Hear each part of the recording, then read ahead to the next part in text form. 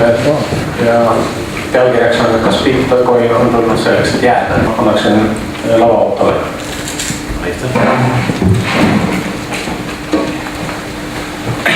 Thank you, Henrik. Before I start my presentation, I would like to ask some volunteers who might want to help people who don't understand Estonian by making short summaries of what the Estonian speakers say and posting that in this IRC channel, which is up there. And this way, those people who might not understand Estonian very well still have an idea of the subject we're discussing. And if you want to tweet about this event, then you can use this hashtag.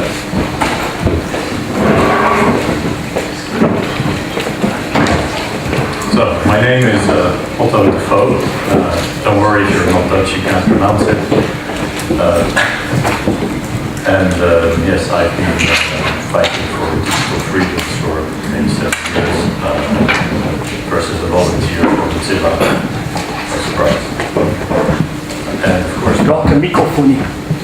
Can't you hear? No, yeah, thank you. And now, of course, Bitcoin came along, and I think that's kind of the next phase in digital freedoms. So it's always difficult to explain what Bitcoins are exactly, and in a way you need to understand some fundamental mathematical concepts. Now, I don't really expect anybody to understand exactly how it works, but what's important is that you know what the attributes are of these things. So the most fundamental thing is this public-private key cryptography. And the unique thing about this is that you have a system by which you have two related keys, which you can use for opposite things. So you can use one key to encrypt a message, and you need the other one to decrypt it, for instance. With signing, it's similar. You can use one key to sign a message, and you need the other key to verify the signature. And so these keys always come together in pairs. And the great thing about this is that you can give one of these keys away, you can make it public, and you can keep the other one private to yourself. This means that if somebody wants to send you an encrypted message, all they need to do is encrypt it with the public key, and only the person who has the private key can actually read the message. And for signing, it's the other way. With the private key, you can sign any message, and everybody can verify that it was your key that signed it by using your public key. So this is a very fundamental concept that's very important for the way Bitcoin works. The second important mathematical function is the hash function. And a hash function is a one-way function, so you can't reverse it, you can't take the result and figure out what the original thing was. And another nice attribute of hash functions is that you take a large amount of data, calculate the hash, and then you have a short string. Later you can verify that that data was indeed the data which led to this hash. But if you don't know the original data, you can't recreate it. But you can verify, and this is what's important. So the first place where this is being used is in the Bitcoin address. A Bitcoin address is or an account would be a more traditional way to name it, is a string of a maximum of 44 characters.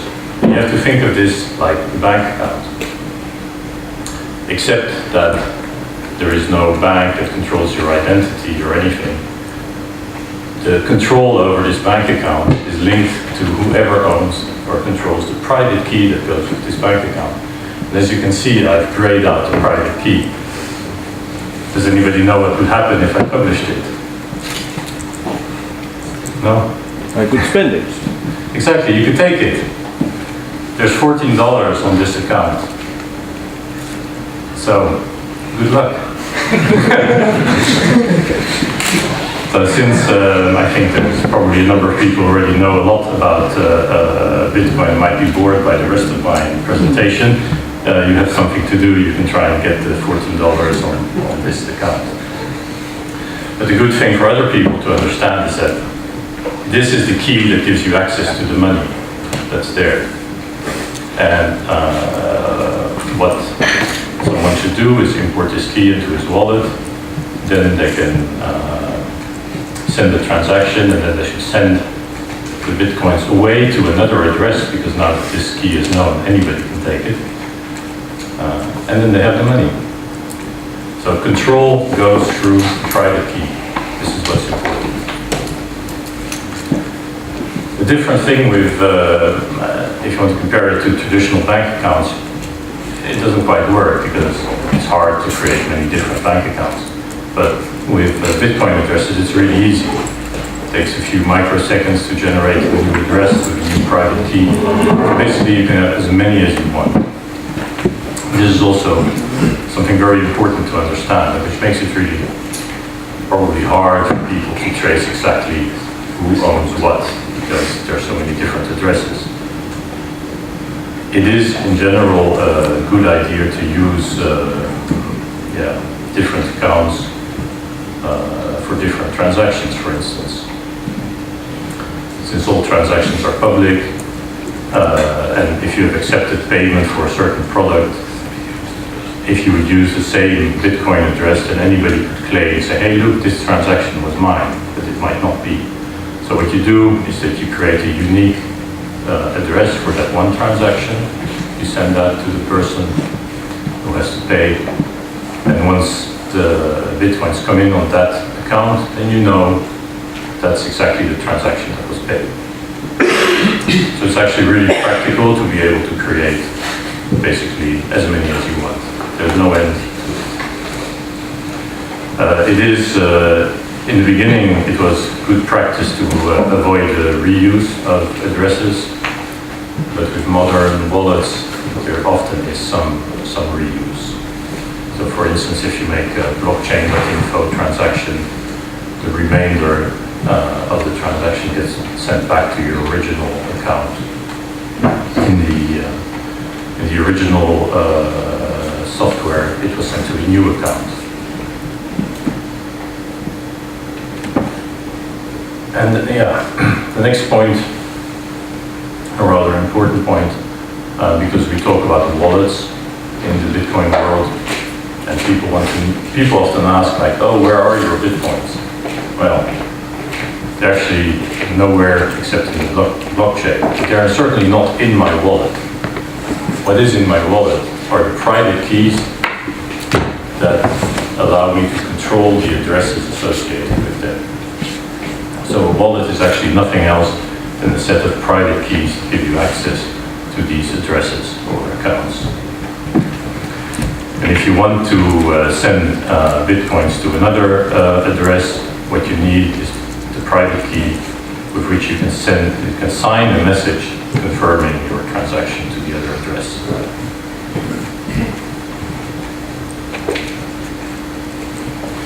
Now, where all the magic really happens is in the blockchain.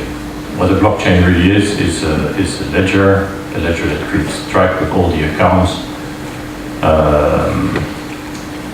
You can consult the blockchain to know exactly how many Bitcoins there are in a specific account. The blockchain is called blockchain because it consists of blocks of transactions. Every 10 minutes on average, a new block is added to the chain, and that block contains a whole number of transactions. So that you could compare that to, say, a page in a book. Say that every block is a page that contains a certain number of transactions. But what the blockchain does, it manages to prevent double spending. So if I'm going to send some Bitcoins to someone, and it's registered in the blockchain, I cannot send them afterwards to someone else. I could, of course, try and create a transaction, but it would fail, and nobody would accept it because they would see that the Bitcoins had already been spent. Since blockchain was also set up as a distributed network, so where there is no center, and this means we do not need a specific trusted third party. We actually use the network as a whole to, that is what gives us trust, that indeed it is correct. these bitcoins are available, they have not been spent somewhere else, and this person can spend them. And the funny thing about the blockchain is, in a way, it's both everywhere and nowhere. It's everywhere, meaning that there's probably, I don't know, tens of thousands of copies of the blockchain going around, and as long as there are still a few copies somewhere, the blockchain continues to exist. But at the same time, it's nowhere, because you cannot go to one particular place and demand that something is changed or something is corrected. So we have something really, unique created here. Now, mining, which is a subject that lots of people like, is basically the process of adding blocks to the blockchain. What the miner has to do is find a hash, remember that thing from the beginning, of the transactions and the hash of the previous block that fits to certain conditions. And the condition is that the hash should start with a certain number of zeros. And the more zeros it has to start with, the more difficult it is to find this hash. So miners go through millions and millions of different possibilities until they finally find one. It's generally made, there's this agreement that the difficulty, which is basically the number of zeros required in the hash, becomes more and more difficult when there are more and more people mining. This is to make sure that there's only about one block every 10 minutes. Now, when you find the solution to this problem, you get the reward. And the reward is a certain number of new coins, currently 25, and all the transaction fees of the transactions that you put in the block. So you have to imagine currently you get 25 bitcoins, they're worth 500, so we're talking about $12,000 just for finding a block, which is pretty good. Now, what can happen is that several miners mine at the same time and find a block at the same time, and then you get the kind of competing situation where maybe some people try and find the next block based on one of them or on the other. So the agreement is that wherever the longest chain is, wins. So if I see that there's a chain where there's 3 blocks ahead and the other is only 2, then I will continue to work on the one which is 3 blocks. This is a consensus in the mining world. Now, I've also often heard people say that, oh, okay, if I can mine and I solve this problem, then basically I could just take someone else's bitcoins, because I could just say like, oh, I want to transfer bitcoins from this address to that address, happens to be mine. But such things really don't work, because all the other miners in the network, they're going to verify your block and they're going to say, no, there was no proper signature for this transaction. So it fails and they reject your block. And then what have you done? You've expended a certain amount of energy and time and hardware. You've actually found a hash and you throw it away. It doesn't make any sense. It's much better to then just take the block reward. So the system in a way works in that it encourages people to play along and play fair.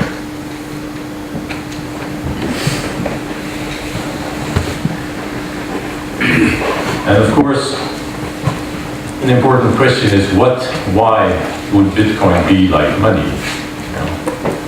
So I've looked at some of the basic attributes of money. And I'm sure most people, you might not have seen them listed down like this, but you'll be aware of them. You have durability. So for instance, something like gold, it's durable, it lasts many years, centuries, millennia.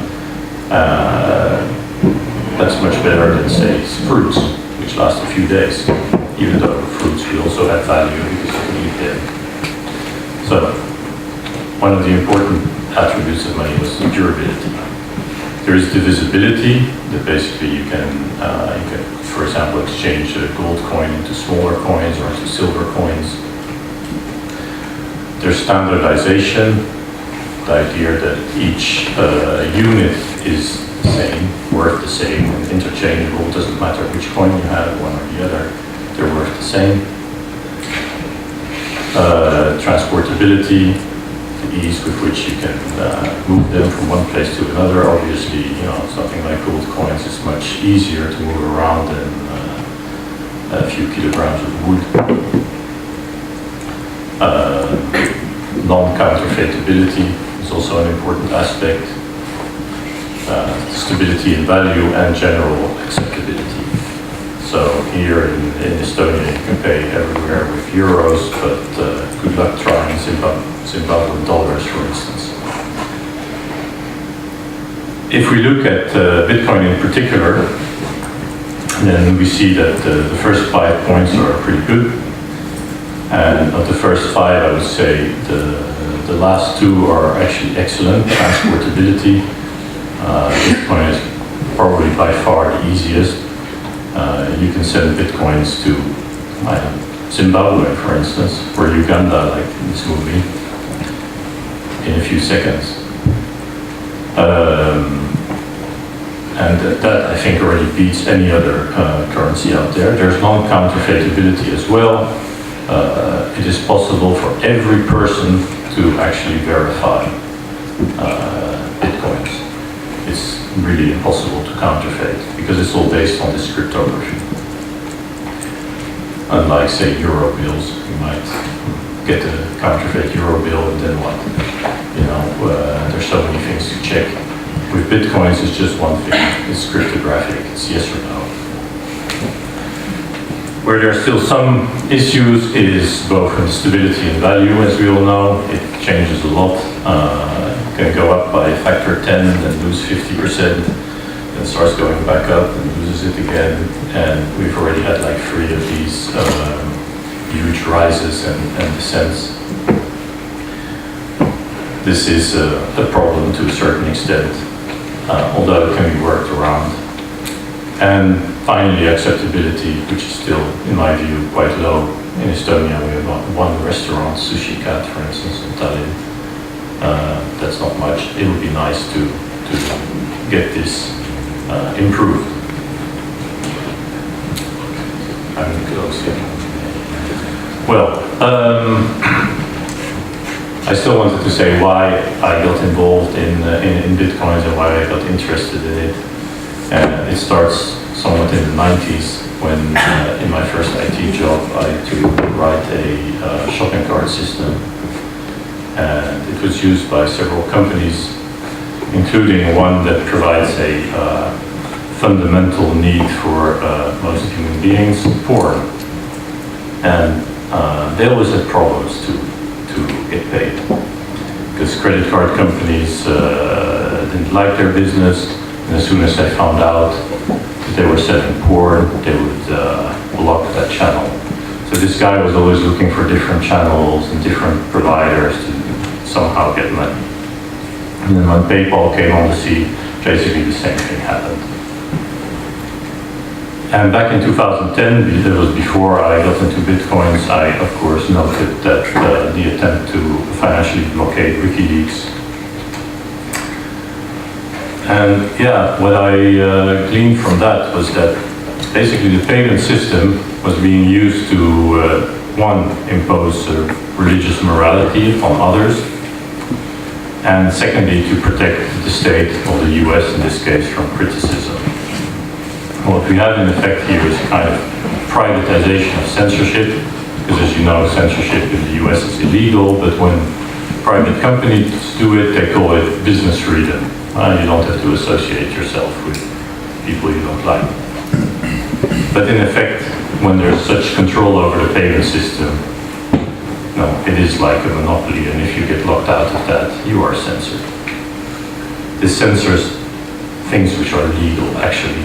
And the other thing which always annoyed me is that, hey, if I have money, I should be allowed to spend it where I want, and nobody else should be telling me where I can or cannot spend it. Yeah. And this will be the last slide, then I'll skip the other one. What we have this situation in the internet now is that cash is disappearing. As a result of this, we have a disappearance of privacy, where if you buy something on the internet, you have the merchant, the payment facilitator, and potentially the state, who all know what you have bought. For merchants, it's somewhat different. They get to deal with the problem of reversible transactions, which exposes them to fraud. Basically, somebody buys something, say with a stolen credit card, they ship the products, and at the end of the month, the credit card company tells them, oh, hey, sorry, the credit card was stolen, so you won't be paid out. What this causes is distrust of the customer. So they're going to start asking all kinds of extra information, and this in turn increases transaction costs. So if you want to give a good example is if you happen to live in Nigeria and you want to order something over the internet, forget it. There's no one who's going to accept a credit card payment from anybody in Nigeria. But with Bitcoins, on the other hand, this wouldn't be a problem. If you live in Nigeria, you pay Bitcoins, not reversible, and so you pay. Okay. I had one more slide, but it's actually not so important, so we'll skip that, which is the governed by code thing, and we'll go straight to the end and leave it to the next person. Thank you very much. Järgmine esineja on Joonas Trussmann, kes on väga pikka aega olnud Bitcoini huviline, kuid nüüd jõudnud reaalselt juba programmeerima hakata selles tehnoloogias põhinevaid tarkvarasid. Ja ma ei peakski pikemalt kinni, kui juhataks sisse, et rääkida. Tere! Jah, nagu Henrik mainis, on nimi Joonas ja tegelikult olen Applaud OÜ tegelikult. Me oleme üks pulk, kes on teinud erinevaid äppe umbes viimased 5 aastat, näiteks nagu digidoc.ee ja viimastena Europarlamendi valimiskontrollrakendused. Aga Bitcoiniga hakkasin tegelema umbes 2011 aastal, kui see kaevandamine ja mainimine üldse natukene laiendama seltskonda jõudis. Tol ajal maksis kuskil $1–3 ja sai oma koduarvuti ja töölauaarvutiga ja nii edasi kaevandatud ja natukene ka müüdud. Aga tol ajal tuli mingisugune krahh ära ja jäi see asi pooleli. Aga nüüd umbes aasta tagasi hakkasime kolleegidega vaatama, et kogu see asi on väga tõsine ja meile tundub, et Bitcoin on tulnud, et jääda ja ei tahaks valmis maha jääda. Seega tegime musli kasvatamiseks Saksamaale ühe väikese mining-pooli, millest ma veel räägin täpselt, mis see on. Ja oleme alustanud ka tööd oma enda Bitcoini rahakoti kallal, mis peaks siduma Eesti digi-identiteedi tugevalt sinu rahakotiga. Aga see selleks, nüüd siis sisu juurde. Et räägin teile täna natukene veel lisaks Otto de kaevandamisest ja ütleme selle praktilisest poolest natukene rohkem, siis Bitcoinidega kauplemisest ja lõpuks ka natukene, mis on altcoinid. Nii, kaevandamine. Tõtt öelda see nimi on tegelikult natukene petlik.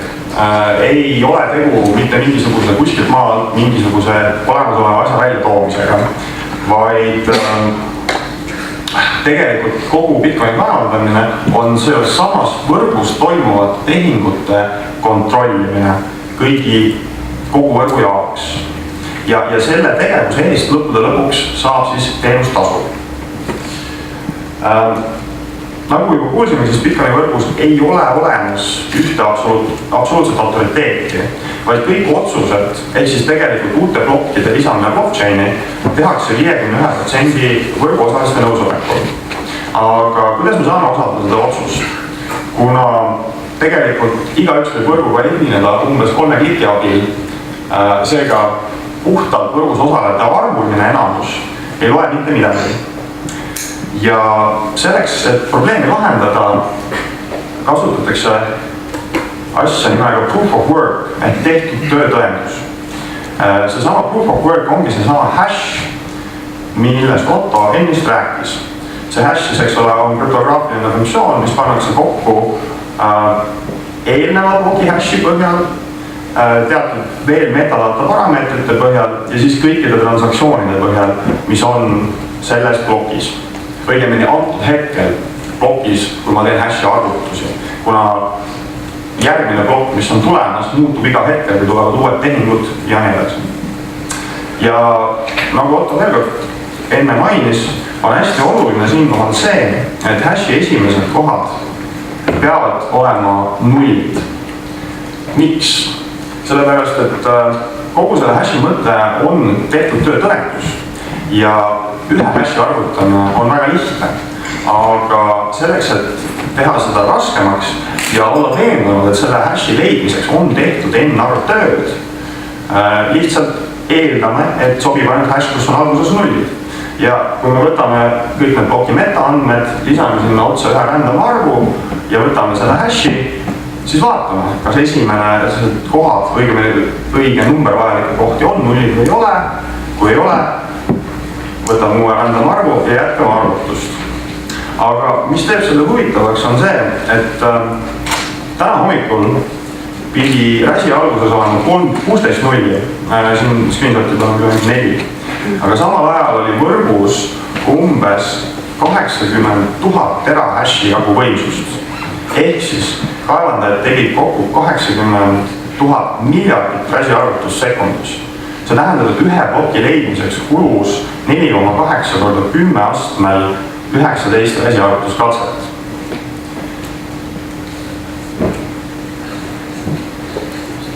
Kuidas pakkuda initsiatiivi inimestele sellise arvutusvõimekuse ülemõõtmiseks? Iga kord, kui leitakse uus plokk, saab leidja kaevandaja teenustasu, mis koosneb siis fikseeritud ja ajas langevast kogusest uutest bitcoinidest ja lisaks kõigisse sellesse plokki mahtunud tehingute teenustasudest. Aavik uute bitcoinide arv väheneb, nagu ma mainisin, ja lubab tegelikult 2140 aastaks orienteeruvalt nulli. Aga selleks läheks jälle eeldatavasti on igas plokis piisavalt palju tehinguid, et seda by default block rewardi, seda uusi bitcoine polegi enam vaja anda. Ja ühesõnaga siis sellise proof of work põhimõttel, ehk et iga võrgus osaleja suudab tõestada, et ta on teinud mingisuguse hunnikut tööd selle ploki kontrollimiseks. Me siis suudame kindlustada, et ükski pahatahtlik tegutseja ei suuda kogu seda arvutust üle võtta. Isegi kui ta suudab seda teha ajutiselt, siis Otto juba mainis teile, et järgmiste plokkide kaevandamise käigus põhimõtteliselt visatakse see igane plokk välja. No nii. See on nagu see teoreetiline pool, aga siis praktilisest poolest, et on kaks hästi olulist nüanssi veel lisaks sellele matemaatilisele poole. Esiteks spetsiaalne kaevandamise riistvara.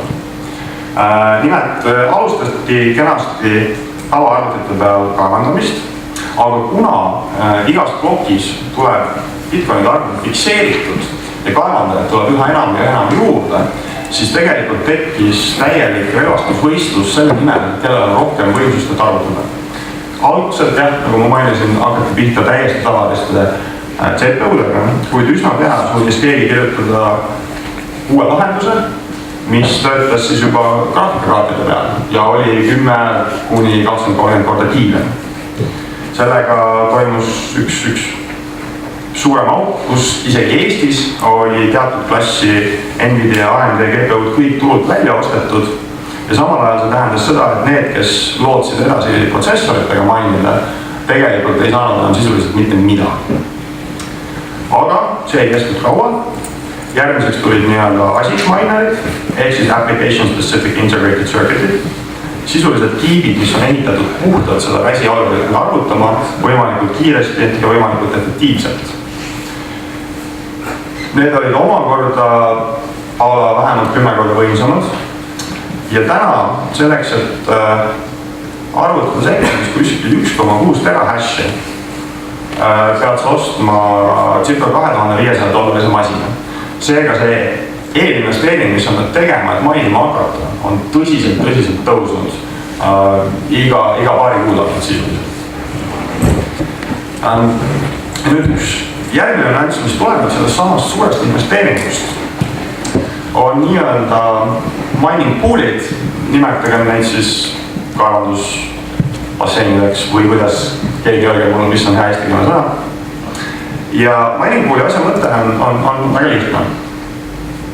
Kuna üksik Bitcoini üritaja, kes mainib, ei suuda kunagi saada võrgust piisavalt suurt võimsuse osalust enda kätte, et pidevalt ja konkreetselt saada uusi blokke endale ja seda blokke koorma, siis minerid on kogunud kokku ennast serverite taha, mis sisuliselt jagavad selle ülesande nende vahel laiali ja samal ajal, kui saadakse kätte bloki reward, ehk siis 25 Bitcoini, jagatakse see omakorda kõikide minijate vahel laiali võrdselt vastavalt sellele, kui palju tööd nad on teinud. Mitte ei saa see üks inimene, kes tegelikult lõpuks õige hashi endale valima arvatus. Kuidas seda tehakse? Tehniliselt on trikk iseenesest üsna lihtne. Nendele mineritele kõigile saadetakse väiksem raskusaste, kui tegelikult Bitcoini võrgus on. Ja siis nad saavad selle väiksema raskusastme pealt arvutatud räside pealt nii-öelda osasid või share. Aga kui nüüd mõni nendest share'idest puht juhuslikult sisaldab piisavalt palju nulle, et minna reaalselt Bitcoini blockchaini, siis ongi blokk käes. Aga raha jagatakse ära ikkagi kõikide vahel, kes seal on. On terve hunnik erinevaid mining pool'e, tsentraliseeritud pool'id, näiteks nagu Ghash, IO, Slashpool, BTC Guild ja veel mõned. Tegelikult on neid sadu. Tsentraliseeritud pool'ide põhi omapära on just nimelt see, et nad on kellegi ühe provideri käes, keegi üks inimene, kes seda hostib seda pool'i, kes võtab seda pealt mingisugust vaheprotsenti ja siis, keda sa siis lõppude lõpuks pead ka usaldama.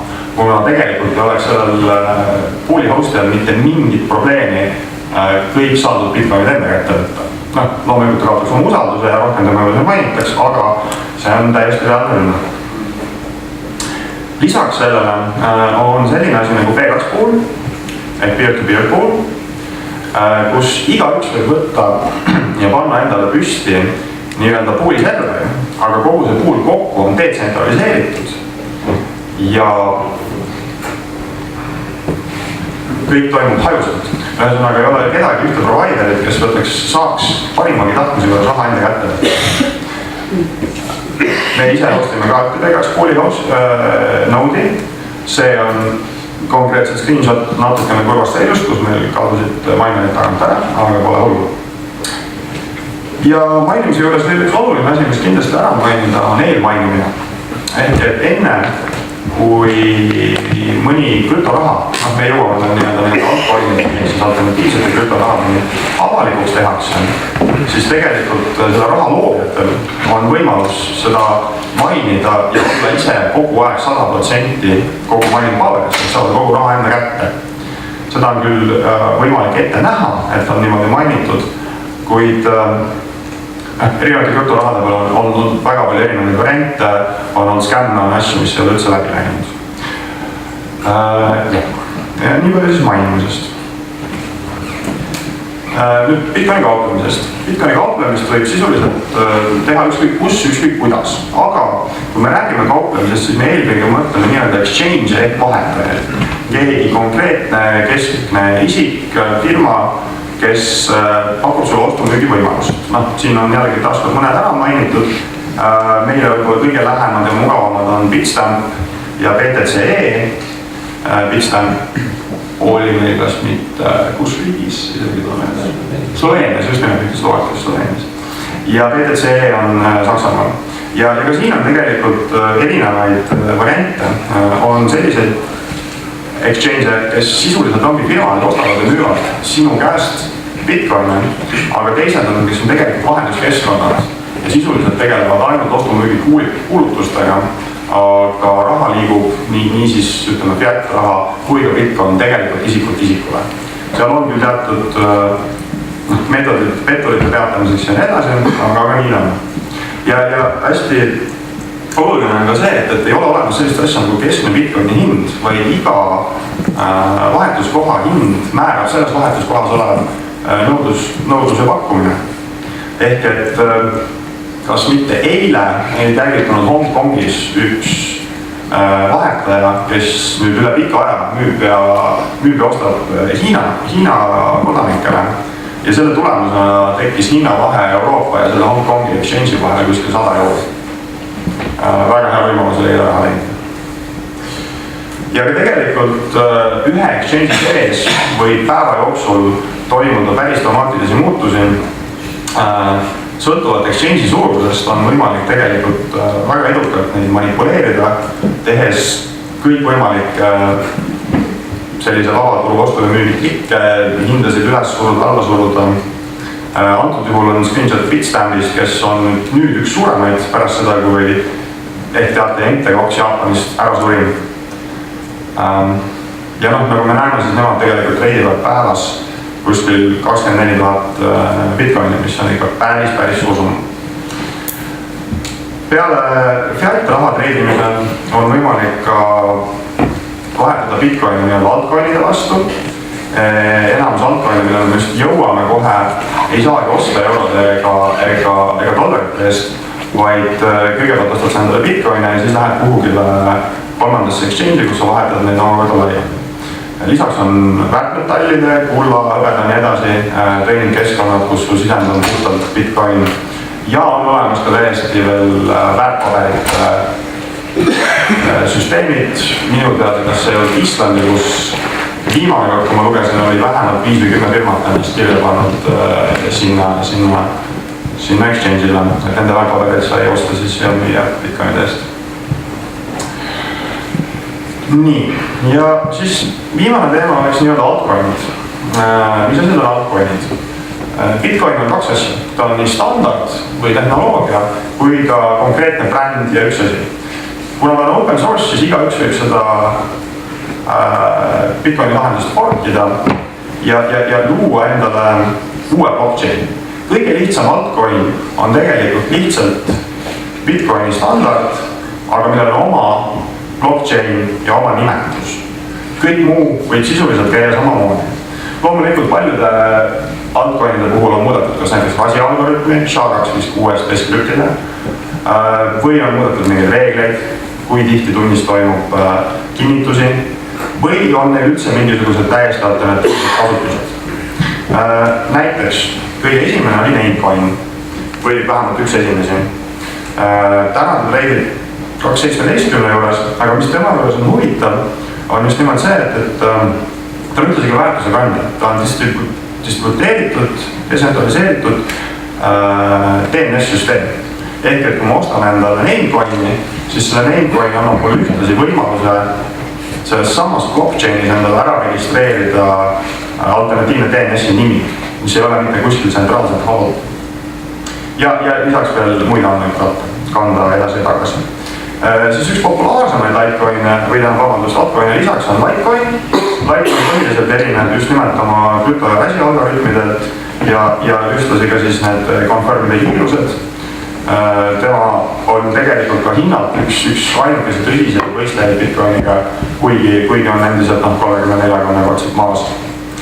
Ja mis huvitav on selline asi nagu Dogecoin, mis oli alguse täiesti suvalise Fortune'i ja Redditi inimeste trollimise naljana, aga tänaseks on tema turuväärtus kas 3. või 4. altcoinidest hoolimata sellest, et ühe ühiku hind on meeletult madal ja üllataval kombel on teda hästi palju kasutatud just nimelt heategemislikult eesmärkideks.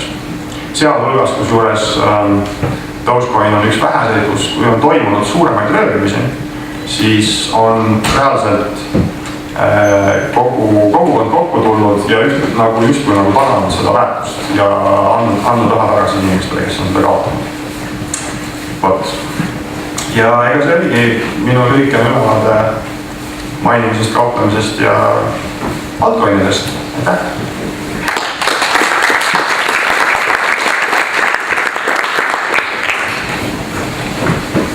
Ja ma paluks järgmiseks siis selle tänase konverentsi peakorraldaja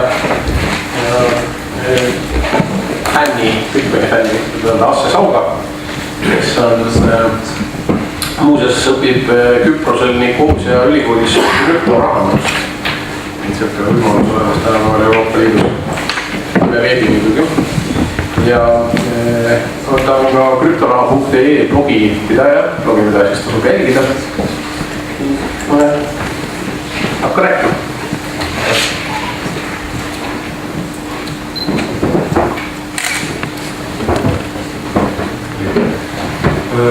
Kõigepealt küsimused, mis te arvate, meil oli siin võimalus Bitcoini eest ka üritusele piletit osta, et mis te arvate, palju inimesi ostis Bitcoini eest piletit, umbes protsent, 10%, 50%? Umbes 2%. Üks inimene. Tegelikult see number oli, ma nüüd ei ole kursis, palju täna sularaha käive, aga piletileviga võrreldes üle 4 tublisti. Et see võib olla isegi rohkem kui sularahast osteti. Et päris hea number. Siis teemad, räägin Bitcoinist kui maksevahendist. Just võib-olla kaupne vaatenurgast rohkem. Kuidas neid aktsepteerima hakata. Siis mikromaksetest ülevaade võimalustest. Korra puudutan arengumaade olukorda ja potentsiaali. Tehnoloogia, mis tulevik toob ja millised tehnoloogilised võimalused see Bitcoinist kui tehnoloogia ja protokoll nagu meile on andnud. Bitcoin kui maksevahend. See on siis nagu võib öelda, et üks 3 rollist, mis Bitcoinil on, teine on siis väärtuse kandja ja 3. on pank selle open ledgeri ehk siis avatud raamatupidamist või ülekannete näol, nagu avatud ülekannete näol. Mugav kasutada. Ma ei ole siiamaani mugavamat maksesüsteemi näinud kui Bitcoin. Kaardimaksetel on vaja plastikkaarti, lisaks PIN-i meeles pidada. Netimaksete puhul krediitkaardiga makstes on vaja vormi tegevalt täita, lisaks turvakoodid ja võib seal minutit aega võtta. Bitcoini puhul on 2-3 kliki maksed võimalikud 2 maksega, näiteks juhul, kui on kas mobiiliäpis või netis soovitakse nii toode osta, toote all on valmis genereeritud koos Bitcoini aadressi ja makseinfoga link. Esimene klikk on selle lingi peale vajutus. See kutsub välja Bitcoini walleti, kas siis mobiilis või arvutis. Ja teine klikk on juba makse kinnitamine. 3 klikiga maksed on siis pigem jaemüügis, kus esimene klikk avab mobiili walleti, teine klikk on QR-koodi skaneerimine ja 3. klikk on jälle makse kinnitamine. Võrdlemisi kiire, võrreldes olemasolevate lahendustega. Makse reaalselt võtab aega mõne sekundi. Kinnitamine Bitcoini puhul on 10 minutit. Kinnitamine siis tähendab seda, et nii kaua kuni summa ei ole kinnitatud, nii kaua ei saa seda edasi kasutada. Ja võib aega võtta kuni tund aega siis 6 kinnituse puhul. Ja see kinnituste arv on olenevalt sellest, kui suure kaaluga transaktsioon võib olla, et seal 10 000 Bitcoinil antakse kindlasti maksimaalselt kinnituste arvuga, aga mikromaksete puhul võib kinnituste arvu piisab ühest kinnitusest. Kinnitamine on siis seesama räsi arvutamine võrgu poolt, mida enne räägiti. Ja muidugi toimib globaalselt ja 24/7 alati.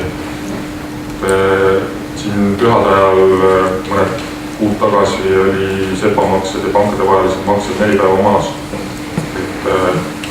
Minu arvates täiesti absurdne olukord täna globaalses maailmas, kus meil info levib momentaalselt ja kuid väärtuse ülekandmine võis ka samad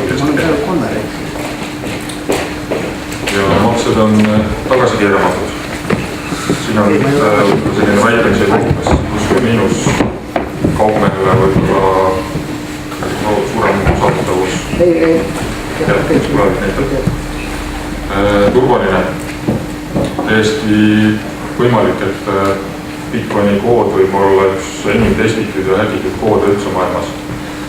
Kuna ta teeb hästi konkreetset asja, on seotud rahaga, on avatud ja seda juba 5 aastat. Ja kõige eelnevaga seondub usaldusväärsus loomulikult. Ja lisaks on ta ka muidugi soodne, et makse hind olenevad kinnituste arvust ja olenevad transaktsiooni suurusest on seal 0 senti kuni 5 eurosenti. Kaardimaksed maksavad meil kaupmehele kuskil seal 1,2% ja olenevalt siis ülekantavast summast. Bitcoini puhul summast ei ole, et on see oleneb transaktsiooni andmemahust, et transaktsioon võib sisaldada lisaks numbrile ka muud infot. Kuidas siis kaupmees aktsepteerida saab Bitcoine? Kõigepealt tuleb luua konto teenusepakku juures. Selleks võib siis olla, ma olen siin ära ka toonud mõned nagu Glimstedt või btc.ee ja nii edasi. Ja siis edasi tuleb vaadata, kas soovitakse nüüd jaemüügis kasutada või siis veebipoes.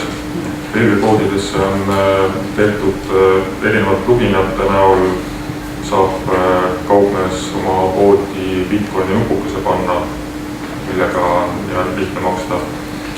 Jaemüügis tuleb siis selle sama teenusepakku juures seadistada makselink, mis on kaupmehe jaoks genereeritud brauseri, tavaline brauseri aadress ja kaupmehel on siis vaja, kui post soovib midagi Bitcoinide eest osta, siis kaupmees kassapidaja toksib sisse sinna aadressile toote nime ja summa, seda nupuvajutust genereeritakse kood, mille siis ostja oma maksevahendiga, telefoniga või pigem telefoniga siis skaneerib ja vajutab kinnituse nuppu. Järgmine samm on kohandada oma raamatupidamine seaduspäraseks. Sellest võib-olla Priit pärast nagu hiljem räägib. Ja kogu see esimese osa juurutamine, see on nüüd toimib sinnamaani, kui soovitakse oma tulu kryptorahades hoida. Ja see võtab, esmast see paigaldamine võtab aega seal 5 minutit. Suurem töö on võib-olla see selgitamine, juhendamine ja see kontseptsioonist arusaamine, et just see raamatupidamise korraldamine, et oleks legaalne ja kasutataks kõiki selle süsteemi võimalusi maksimaalselt.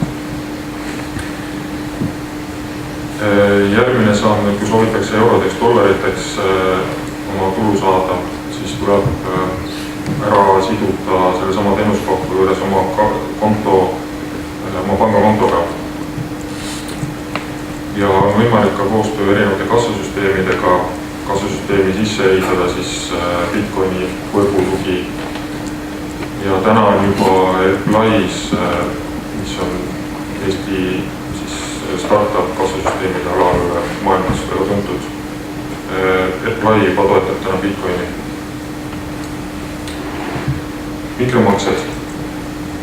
Võimalus autorile otse ilma vahendajateta oma loomingu tarbija käest tasu küsida, kas siis vabatahtlikult või kohustuslikul moel. Siis toon ära siin sellise idee, et hindamine võrdub annetamine. Täna on hästi moes likeid ja rate'id ja kõiksugu sotsiaalvõrgustiku nupud, mis tegelikult reaalset väärtust võib-olla annavad vähem, et rohkem tõstavad edetabelis kohta ja kuulsust. Kui sinna juurde veel annetusnupp panna, mis tarbijale tähendab 2 klikki ja summa saab seal 20 senti, 30 eurosenti, midagi sellist. Ja kohe järgmise teema oli kvaliteetsem sisu, et täna meil on press ja üldse autorite loomingu ärimudelid on pigem klikipõhised ja väga palju on segavat reklaami selle ümber. Mikromaksed loovad uueks ärimudeliks Eestimaal ärimudeliks võimaluse, kus reaalselt raha teenimine on võimalik vastavalt sisu kvaliteedile ja sealhulgas on ka autor rohkem kvaliteetsemat sisu tootma, kuna toodetavasti saab ta sellest rohkem kas siis annetusi või kohustuslikku raha küsida. Ja veel üks huvitav nüanss on teenuste toodete sisene funktsionaalsus, mis tähendab seda, et seda juba tänapäeval ka üsna palju kasutatakse. Aga üks näide, et kui teil on näiteks mobiiliaplikatsioon, mida kasutab, ütleme, 100 miljonit inimest üle maailma ja loote sinna uue funktsionaalsuse, mille hinnaks panete siis näiteks 10 eurosenti. Ja loodetavasti see funktsionaalsus neil 100 miljonile kasutajale meeldib, kõik teevad selle 2 klikki ära. Ühele isikule on see olematu summa, aga massiefekt on üsna suur ja tulu võib olla seal 10 miljonit eurot. Arengumaadest natuke. Bitcoini üle maailma kuulus evangelist ja krüptoekspert Antonos Antonopoulos on välja öelnud, et täna circa 1 miljardil inimesel maailmas on üldse mingisugune suhe pangaga. Ma ei tea, kust ta selle arvu võttis. Võib-olla on see natuke teise kontekstiga, et võib-olla on see seotud internetipangandusega, kuid natuke uurides leidsin ma sellise arvu, et 2,5 miljardil inimesel puudub igasugune suhe pangaga. Nemad siis kasutavad täna rohkem partnertehingud või tulevik või mingid muud moodust, kuidas arvaldada. Ja lisaks on täna maailmas 4,6 miljardil inimesel juba mobiil, millest 2 miljardit on nutikad. See arv suureneb iga päevaga ja need 4,6 miljardit, kuna Bitcoiniga on lahendused olemas, kus Bitcoiniga saab ka tavalise mobiiliga makseid teha. Siis need 4,6 miljardit inimest on täna ka potentsiaalselt Bitcoini kliendid, kelle liitumine ei vaja mingit bürokraatiaid, lepinguid. Liitumine on kõigest mobiili rakenduse alla laadimine.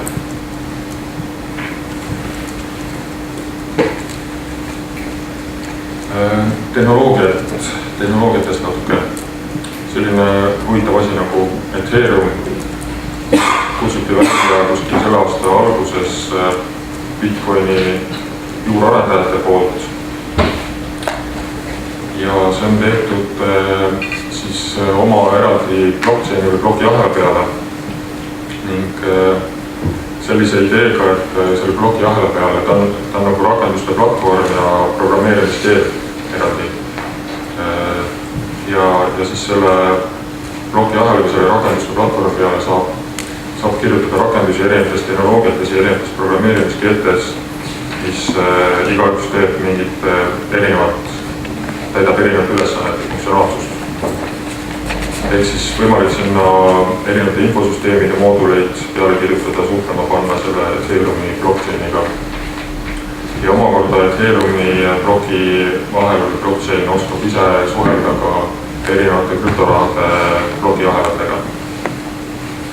Praktikas see tähendab siis seda, et selle abil on võimalik teha rakendusi, kus ütleme Bitcoini makset tehes liigub see makse Ethereumi blokiahelasse ja seal käivitab omakorda mingid teatud triggerid, mis käivitavad omakorda erinevates infosüsteemides mõned automaatsed protsessid, triggerid, mis omakorda võib olla veel mõned maksed kuskil.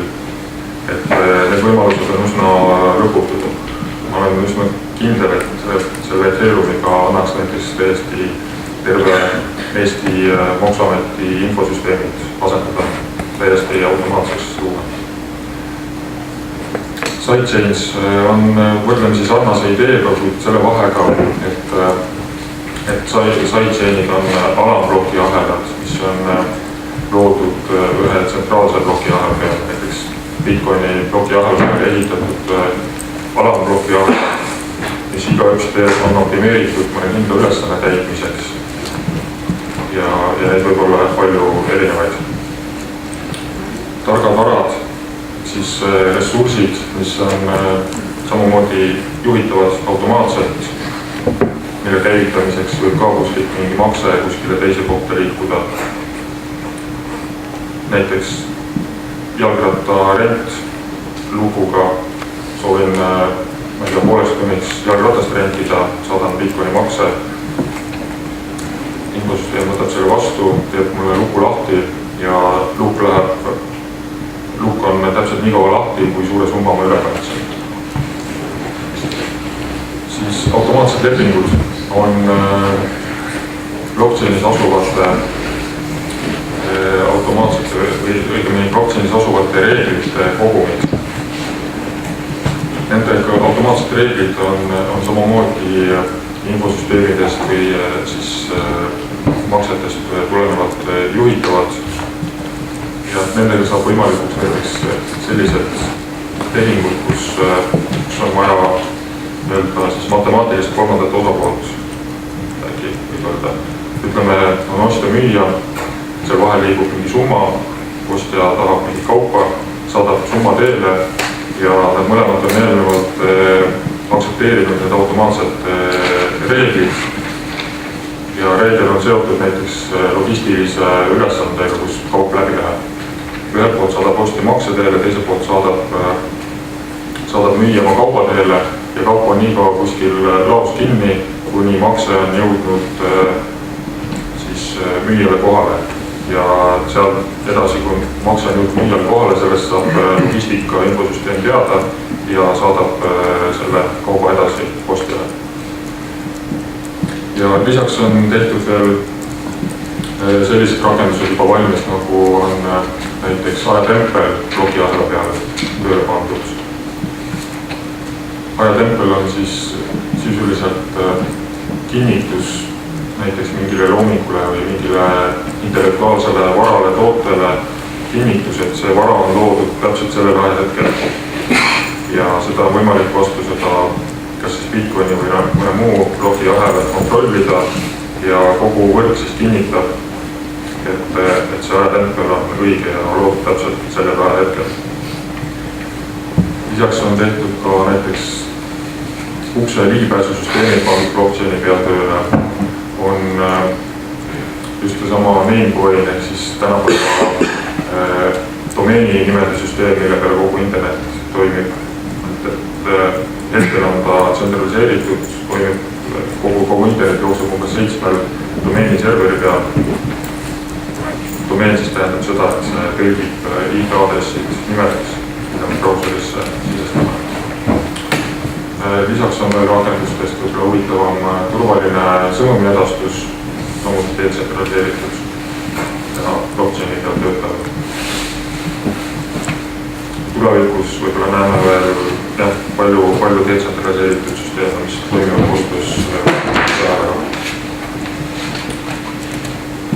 Tulevikusuunad. Fakt on see, et sularaha on välja suremas. Teda on kallis käidelda, ebaturvaline, võtab aega, ebahügieeniline ja praegu oleme siis hetkes, kus meil on nagu 2 suunda, on võib-olla kryptorahade suund ja siis on võib-olla sellest sularahast nagu elektrooniliseks rahaks ümber tehtud traditsionaalne e-raha, mida me igapäevaselt pangukaartidena kasutame. Tulevikus näitab, kuhu poole liigume, kuid isiklikult usun, et inimkond vajab täna sellist neutraalselt, universaalselt ning globaalselt käiva vahendid, nagu seda on kryptoraha ja eesotsas Bitcoin. Kuna seal on oluline vahe, traditsionaalne e-raha on lihtsalt tavaline number infosüsteemides, kuid kryptoraha puhul ei ole see ainult number, vaid see on ka kogu võrgu poolt usaldatud number. Lisaks trend liigub erinevates suundades üldisemalt detsentraliseeritud rakenduste poole. Ilmselt hoogu saanud arvatavasti ka Bitcoini arendustest, kuid ka hilisematest vilepuhujate avaldustest. Ja täna juba on olemas testimisel detsentraliseeritud internet protokollide tasemel. Ja lisaks on online turu tradingu nagu rakendused olemas, mis on täiesti detsentraliseeritud. Isiklikult mulle tundub, et suund liigub sinnapoole. Muidugi on nad täiesti avatud koodiga. See on üks detsentraliseeritud süsteemi eeldus, et see peab olema avatud koodiga, muidu seda võib-olla ei usaldataks nii palju. Ja arvan, et jah, Bitcoin tehnoloogiana on kindlasti tulnud, et jääda. Kryptorahana eks tulevik näitab, kuid lähitulevikus kindlasti, kuna tegemist on ikkagi ideejuhiga ja kõige laialdasemalt kasutatava rahaga.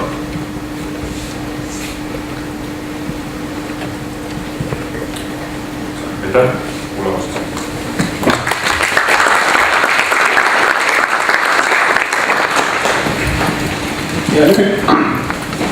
Ja nüüd me ei võta ka sulle küsimusi, pärast lükkame kõik küsimused paneeldiskussioonile ja kutsuks siis lavale hoopis Eesti Pangast Mihkel Nõmmela. Mihkel on seal makse- ja arveldussüsteemide osakonna juhataja, et siis kui meil kunagi Eesti Pangal tuleb pistmist Bitcoiniga, siis tõenäoliselt just tema osakonnal. Aga lava on sina. Jah, ise olen Eesti Pangas maksete ja arvelduste vallas juba 16 aastat töötanud.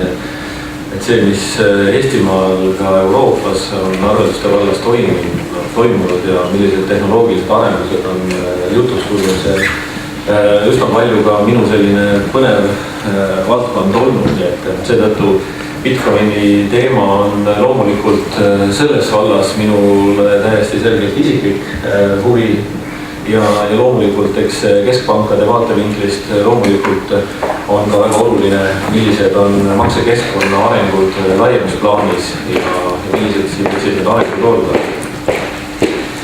Seetõttu igal juhul ma tahan rõhutada oma nende järgmiste slaidide eel, et keskpank kindlasti huviga jälgib erinevaid innovatsioone ja ilmselge on see, et mingisugune suurem trend saab alguse sellisest väikesest eksperimendist.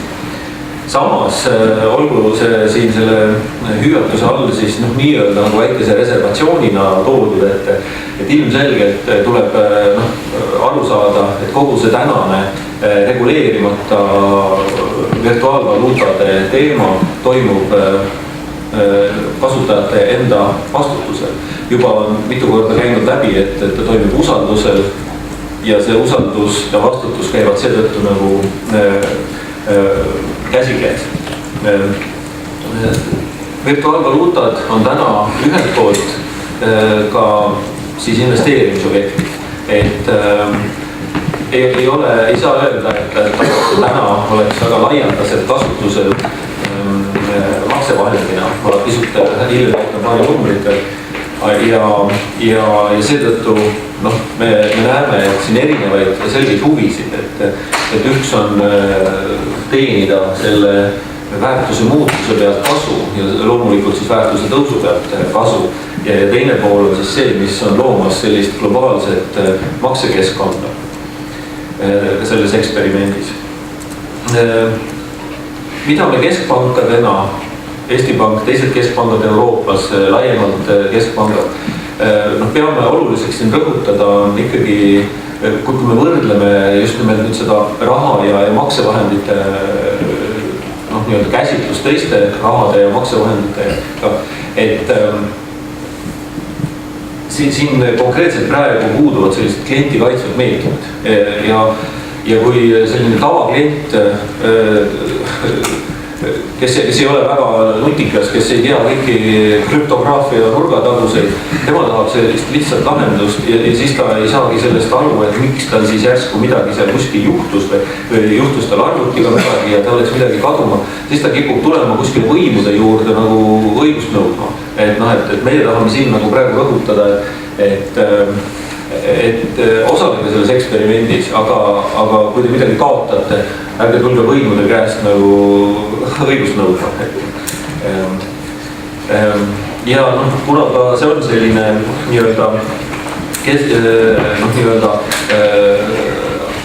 arenemas üle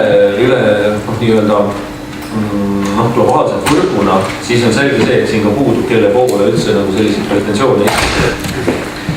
Konkreetselt siis ma ütlen et virtuaalvaluutad on alles sündinud selle mõttega, et nad on täna ikkagi väga sellise algusfaasis. Ja ma toon siia kõrvale siis neid mahu näiteid, et kui me tõesti ütleme, ja teame, et see tänane virtuaalvaluutade turumaht on 4,3 miljardit eurot ja siin on see toodud sellise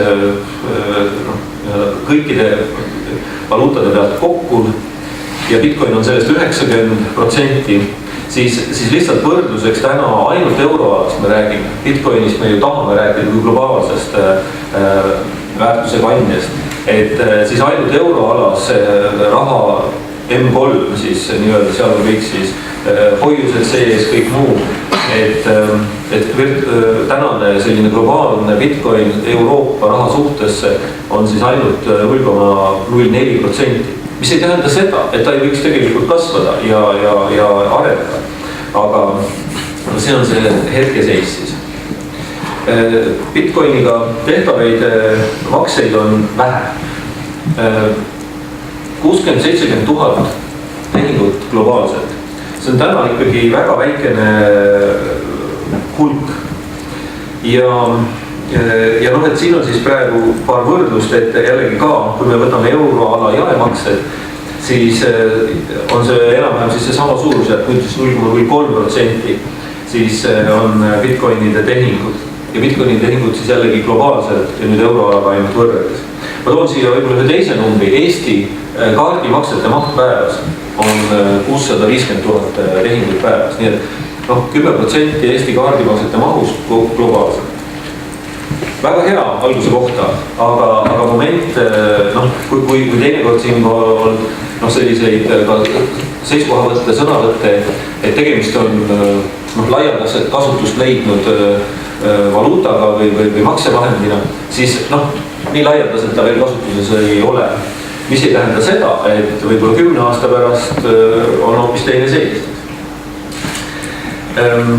See suhe, et spekuleeritakse, investeeritakse umbes 80% ja ainult 20% tehakse maksmiseks, see on siin tulnud siis selliste erinevate arvajate rehkenduse tulemusena. Ma ei ole seda ise välja võtnud, aga kuna siin oli neid arvajaid nii palju, siis ma ei hakanud neid ükshaaval üles vaatama. Mis veel? Igal juhul, kuidas saab kasvada üks maksevahend? Tema järele peab tekkima vajadus.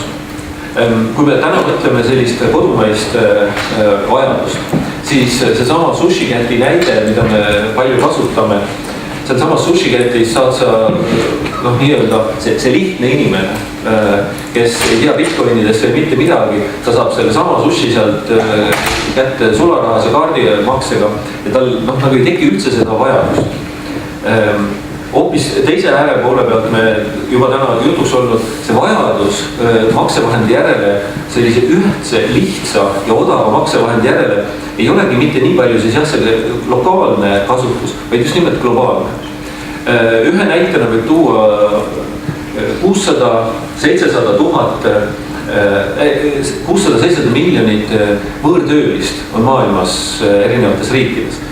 Ja see raha ülekanded, remittance'id, mida nad tahavad üle kanda oma kodustele, nende pealt võetakse väga tõsiseid teenustasusid. Jällegi, kas nüüd Bitcoin saab siin aidata? Siin tekib kohe see moment, et jah, et tõenäoliselt siis see töötaja seal kuskil arenenud riigis saab väga hästi selle Bitcoini, on selle tavalise raha sinna Bitcoini topitud. Aga kas nüüd see tema sugulane, see nii-öelda vanaema seal või siis tema ema või kas tema seal Nigeerias siis saab selle kuidagi nagu kätte või et kas ta selle, et ta küll, ta isegi suudab võib-olla, et mobiil oli palju, et ta saab isegi mobiili selle, aga mis ta seal Nigeerias siis sellega siis edasi hakkab? Et täna jällegi, see kasutaja pool, ATM-i, et ta võtaks sealt sula välja, veel ei ole, need on üksikud. Et täna on nagu selles mõttes pikk tee minna, et siis see teine pool, see kasutaja nii-öelda mugavus, see lahenduste paljusus nagu tekiks siia, et tekiks siis nii-öelda see kasutusvajadus sellest.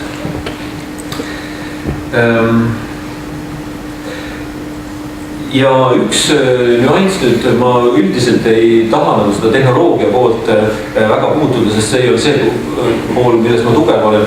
Küll aga maksesüsteemide, maksekeskkonna mõttes räägitakse väga palju sellisest nii-öelda süsteemide jõudlusest. Et kui me täna näeme, kuidas toimib kogu see Bitcoin nende mahtude juures, siis ütleme 100 000 makset päevas. Me ei oska öelda, kas kogu see võrk, kogu see nii-öelda tehingute kinnitamine, mida ta teeb siis, kui see mitte ainult 100 ega 1000, vaid ütleme 1 miljon korda kasvab. Kas see sama võrk suudab kõike seda asja teenindada sama kiirusega? Sest ainult globaalne, kui me tahaksime, et see oleks globaalne kasutus, see tähendab tohutut mahtude kasvu. Loodame, et need lahendused kindlasti tekivad. Ütlemine, et Bitcoin on odav. Jah, ja nüüd jällegi, millega võrredes? Et see sama kodumaine makse nüüd, kui see nii-öelda lihtne kasutaja läks sinna sushi-ketti oma seda sushit ostma, siis tema vaateringist kaardimakse ei maksa mitte midagi. Ehk kuidas me paneme selle sushi ostja nüüd Bitcoiniga maksma, sest tema jaoks ju see hea küll, kaardi, ta maksab ka hooldustasusid ja muid asju. Et jah, poepidajal on nagu see, et küsimus on, et kaardil on tasud niimoodi. Või siis jah, täna kui väga palju on nagu räägitud sellest jah, et Bitcoini kaevandajaid tasustatakse nüüd siis uute Bitcoinidega. Aga kui siis need uued Bitcoinid otsa saavad, siis see tähendab seda, et igal juhul tuleb sinna siis teenustasude lugu peale. Ruumi on selles mõttes, et tänased pankade teenustasud globaalsete arvelduste puhul on kindlasti väga suured. Nii et selles mõttes globaalses vaates on hind kindlasti konkurentsivõimeline, kohalike lahenduste mõttes raske. Need kohalikud lahendused on täna küllaltki soodsalt klientide käes. Nii, raha funktsioonid, et kuidas siis seda vahetusväärtuse funktsiooni siis praegu Bitcoin täidab, eelneva jutuga juba seotud, Bitcoin on täna küllaltki vähe võimalik kasutada. Et ka isegi kui sa nüüd oled see Bitcoini entusiast, siis neid kohti, kus seda kasutada saad, on nagu vähe. Miks mina ütlen, et turvalisus on probleem? Eelkõnelejad on toonud välja, et turvalisus on just väga super tugev siin. Ma ei räägi siin nüüd sellest siis krüpto nii-öelda põhiprotokollist. Ma usun, et see on hea, selle üle on palju räägitud, et ta on turvaline. Nüüd on kasutaja küsimus on jällegi nendes rakendustes. Kuidas need samad nutirakendused, arvutirakendused seisavad vastu nendele samadele krüptohäkkeritele, kes siis üritavad sinna pahavara sokutada, et sult seda raha sealt nagu ära varastada. Me teame juhtumeid, kus on seda õnnestunud ja seetõttu jällegi tavakasutaja tahab kindlat lahendust, kus tal ei lähe see kaduma see salajane võti sealt tema rahakotist. Ja turvalisusega seostub ka selline nagu säilivus, et siin ühtepidi huvitab selle väärtuse säilimine ja siin on nagu küsimus siis kursi muutustest.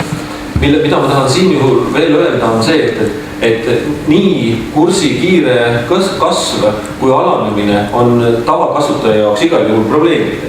Kui me eeldame, et süsteemi populaarsemaks saades tuleb siia süsteemi aina rohkem ka raha, seetõttu väärtus kasvab, ehk tegelikult siis see raha on mitte inflatsiooniline, vaid deflatsiooniline raha. Mida see tähendab siis selles mõttes, et väga tihti kasutaja hakkab oma ostukäitumist nagu korrigeerima sellega, et pigem ma ostan selle teise asja, suurema asja homme, et homme mul on juba neid Bitcoini väärtuse mõttes, Bitcoinid rohkem väärt, ma saan nagu rohkem asju homme. Mis jällegi langemise mõttes on nagu probleem, et kui kurss langeb, siis ilmselgelt tekitab see paanika ja et jällegi. Nüüd, kui kurss kõigub palju, siis kogu see raamatupidamise temaatika tähendab ka seda, et seda tuleb seal oma traditsioonilise valuutaga raamatupidamissüsteemides pidevalt ümber hinnata. Ja lisaks on veel see, et see kurss, kursi ettearvatus, et sa tegelikult näiteks poemüüjana ei tahagi võib-olla nii palju seda Bitcoini siis hoida, kui sa oled see kartlik Bitcoini kasutaja, sa küll saad aru, et sa tahad Bitcoinis müüa, see annab sulle kasutajaid juurde, aga sa tahad kursi riski maandada ja siis sa tegelikult praktiliselt kas pärast iga tehingut või küllalt kiiresti, kas iga päeva õhtul või niimoodi vahetad need Bitcoinid jälle teisteks valuutadeks, mis siis tähendab seda, et need tehingud on kaetud kogu aeg mingite järgmiste tehingutega, mis lisavad talle kulusid ja komplektsust. Ideena olen kuulnud räägitavat, olen seda ka ise täpselt samamoodi mõelnud, kui saaks sellele protokollile üles ehitada stabiilse valuutaga, mille kurss ei kõiguks maksemehhanismi. Ma arvan, sellel oleks väga tugevat tulevikku. Seesama küsimus, on ta siis nüüd raha või ei ole raha? Mis on siis seadusliku raha definitsioon ja niimoodi? Eestis on seaduslik raha euro ja seadusliku raha definitsioon tähendab kõigepealt seda, et kõik meie turul tegutsejad peavad aktsepteerima seda raha.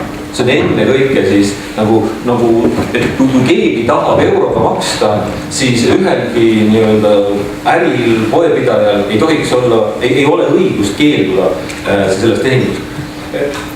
Võib keelduda dollarist, võib keelduda rublast, võib keelduda teistest valuutadest. See on nagu üks selline seadusliku valuuta siis riigis kehtiva valuuta tähendus. Seetõttu tekib siit küsimus, loomulikult ta võib ka keelduda Bitcoinidest, kui ta ei pea seda vastu võtma. Aga eurodest ei tohi Eesti territooriumil eurode vastu võtmisest keelduda, kui sa oma teenust kaupa müüd. Aga veel, nüüd tulles Bitcoini enda juurde. Bitcoin ei ole täna ei Eestis ega paljudes teistes riikides, võiks öelda, et ma ei tea kuskil ühtegi riiki, kus oleks väga täpselt Bitcoin reguleeritud. Juriidiliselt avab meil järgmine esineja siin, et ma jätkasin pikalt selle koha peal veel rääkima. Aga just nimelt toon siia veel ka selle, et Bitcoin ei ole ka e-raha. Et kõikides sellistes traditsioonilistes rahakäsitlustes on raha välja ainult ja siis on nagu selge, kes tagab selle kursi, kes tagab need kõik selle rahaga seotud sellised küsimused ja seetõttu Bitcoini staatus on midagi uut, jah, mis jällegi on pannud loomulikult võimuesindajaid, seadusesindajaid, keskpanku arutlema selle üle, kas võib-olla tõesti ei olegi paras aeg ka raha tähendust laiendada ja virtuaalrahadele ka siis anda selline parem ja selgem käsitlus. Ei ole valmis see praegu, ei saa siin praegu hõisata, et olekski nüüd selline sõnastus ja seaduse muudatus kohe tulemas. Aga mõtted selles suunas loomulikult liiguvad.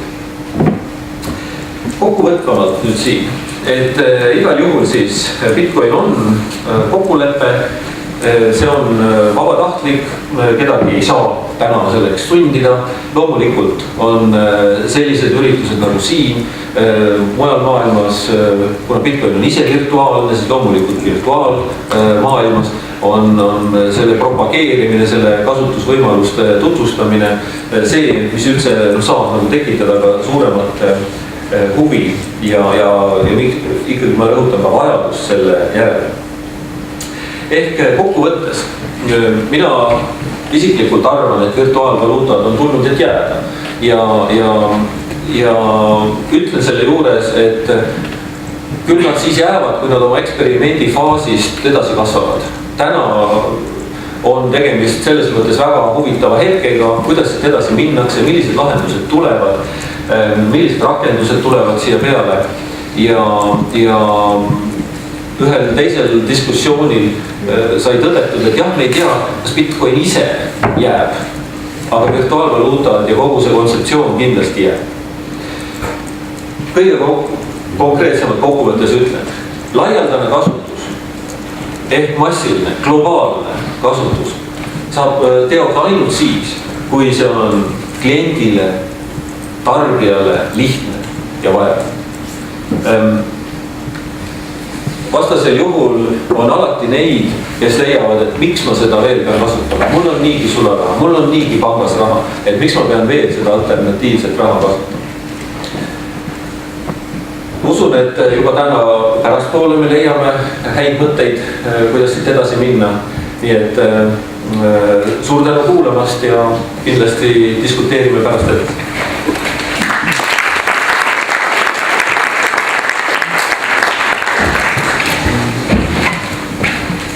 Ja nüüd ma paluks rääkima Priit Läti advokaadibüroost Glimstedt.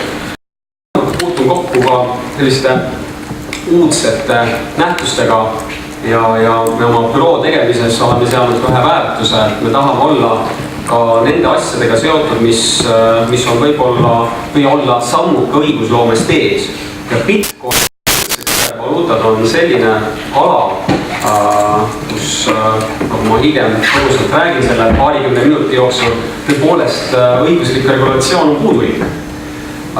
Kui minu eelkõneleja ja eelkõnelejad tegelikult väga palju näitasid teile graafikuid, siis ma üritan vältida oma ettekandes slaide ja samamoodi üritan vältida ka paragrahve, mis on ju igapäevane mängumaa. Aga siiski edasi minnes üks slaid või selline joonis mul on, et mõtlesin, et ma teen ikka mis siin on. Seal mul ei saa ringi käia. Okei, oleme siis siin. Siiski ühe ajakirja ma tegin timeline'i ja väga subjektiivselt ma panin sinna kirja nii-öelda Eesti jaoks ja mitte Eesti jaoks võib-olla olulisi sündmusi. Aga see 28. jaanuar 2008 jõustus rahapesuseadus. Et miks ta üldse nagu tähtis on või miks just ajateelg hakkab selles seaduses, ma sinna hiljem jõuan. Jah, et 28. jaanuar jõustus siis rahapesu ja terrorismi rahastamise tõkestamise seadus. Nii. 3. jaanuar 2009 minule teadaolevalt juhtus see hetk, kui keegi härra või rühmitus vajutas siis arvutiklaviatuurile ja sündis selles elus.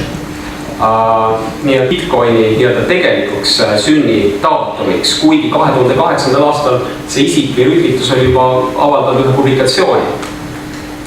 Nagu näete, rahapesuseadus juba oli varem valmis, mis nagu me hiljem kuuleme, reguleerib Bitcoini ka, vähemasti ühe institutsiooni arvates. 2012 oktoober on selles mõttes väga oluline hetk juriidikast rääkides, et Euroopa Keskpank avaldas siis väga põhjaliku raporti kübervaluutadest Euroopa Liidus ja kogu maailmas.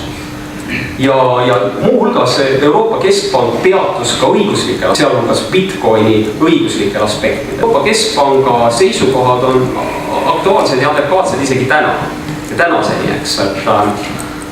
Ja kui me vaatame ka Eesti institutsioonide, riiklike institutsioonide mingisuguseid pressiteated või juhiseid täna, siis väga palju viidatakse selle Euroopa Keskpanga raportile. Nii et kes on huviline, palun lugege seda, see on põhjalik raport, hästi loetav ja ei puuduta mitte ainult Bitcoini, vaid näiteks Second Life'is kasutatav käibel olevat raha, eks. Second Life oli ju tegelikult Eestile väga märgilise tähendusega innovatiivne keskkond. Meie valimisministeerium avas ju seal ka saatkonna, virtuaalse saatkonna ühena esimeseks, kui mitte kõige esimesena maailmas.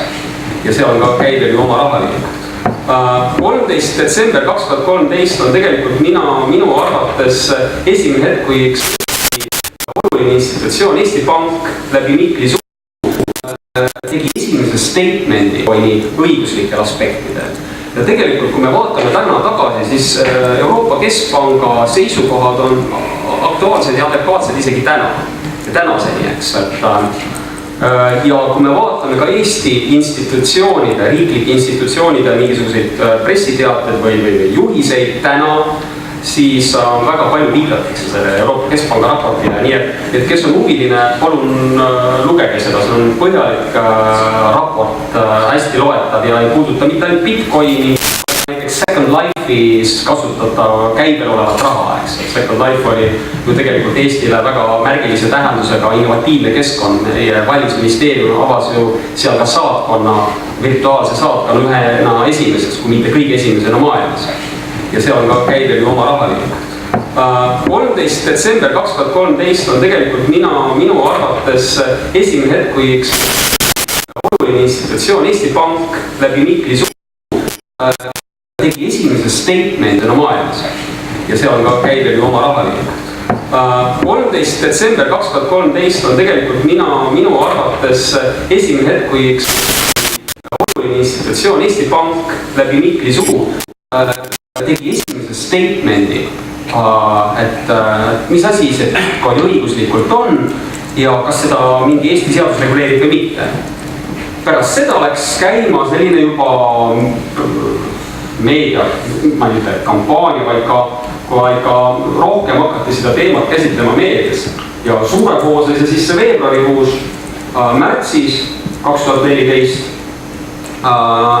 jõudis meediasse ka jaanuari lõpus ju aktsiaselts Aaviki pressiteade, kus nad teavitasid, et on pöördunud erinevate riiklike institutsioonide poole saamaks teada, mis asi see Bitcoin on, eks, kuna nad tahtsid seda kasutusele võtta oma teenuste liinides. 26. märts 2014 on selles mõttes oluline juriidiline datum, et sellel päeval tegi Riigiprokuratuur, politsei, keskkriminaalpolitsei kriminaalasja lõpetamise määruse, millega siis lõpetati esimene Bitcoiniga seotud kriminaalasi Eestis, oli käivitunud jaanuaris. Ja see õnneks asi lõpetati siis kuriteokoosseisu puudumise tõttu. Ja ma ise olin seal ka kahtlustatava kaitsja, tõepoolest see vältas mitu kuud ja õnneks siin riik otsustas ikkagi mitma ressurssi raisata, vaid selle kriminaalasja lõpetada. Võib-olla põgusalt hiljem räägin ka paarist asjalust, nii palju kui ma saan. Ja 21. aprillil 2014 on selles mõttes jällegi oluline Eesti jaoks, et siis Otto esitas Tallinna halduskohtusse kaebuse rahapesu andmebüroo ettekirjutuse tühistamise nõudes. Kõlab väga kuivalt, aga sisu on võib-olla oluline, et sellest on minule teada olevat üks esimesi, Eestis igal juhul ainus esimene Bitcoiniga seonduv vaidlus, kus me tahame siis kohtuliku hinnangut, kas siis rahapesuseadus kohaldub teatud isikute grupile või mitte, eks. Menetlus on käivitanud päris kiiresti, aga need menetlused, kuna seal on tõstatatud väga erinevaid teemasid, keerukamaid teemasid, siis võib kesta paar aastat ja selleks me oleme valmis.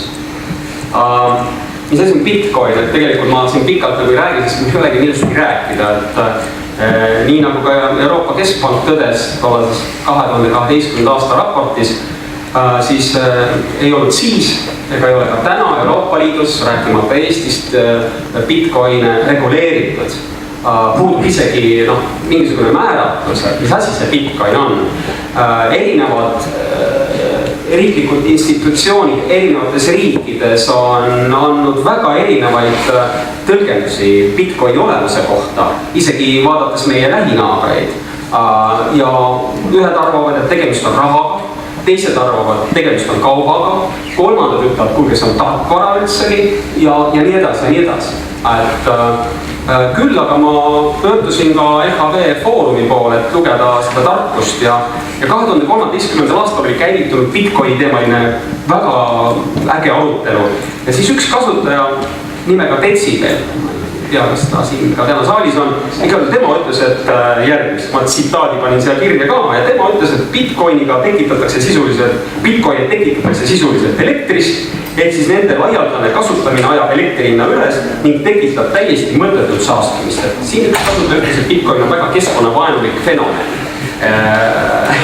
Nii et selles mõttes võib-olla edasi mõeldes, et Bitcoinile võiks panna ressursimaksu peale, rohemaksu peale, et kaevandamise tasu näiteks, et kui riik tahaks seda tulubaasi enda laiendada ja seda küsimust reguleerida. Aga tulles nüüd LHV Foorumist välja, siis Euroopa Keskpank, nagu ma olen korduvalt viidanud, on öelnud seda, mis Bitcoin ei ole. Nii nagu eelkõneleja ütles ka, et tõesti Bitcoin ei ole e-raha, Bitcoin ei ole makseteenus, siis nende Euroopa direktiivide tähenduses.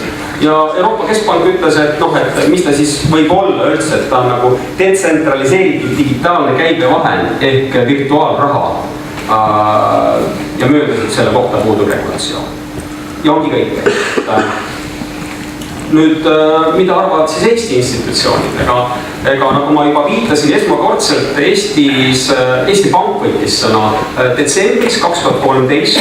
Loomulikult sellel oli pisut eelnenud Euroopa Keskpanga hoiatus, et olge ettevaatlikud, kallid tarbijad, Bitcoin on väga riskantne investeerimisvahend, eks. Ja siis ka Eesti Pank võttis sõna ja ka mõned kommertspangad, ma tean, Peeter Koppel avaldas arvamust Bitcoini kohta. Eesti Pank ütles väga selgelt, et see on täiesti reguleerimata valdkond, kus järelevalvet ei teosta mitte ükski riigiasutus, ütles Eesti Pank siis, eks, läbi mitli suu.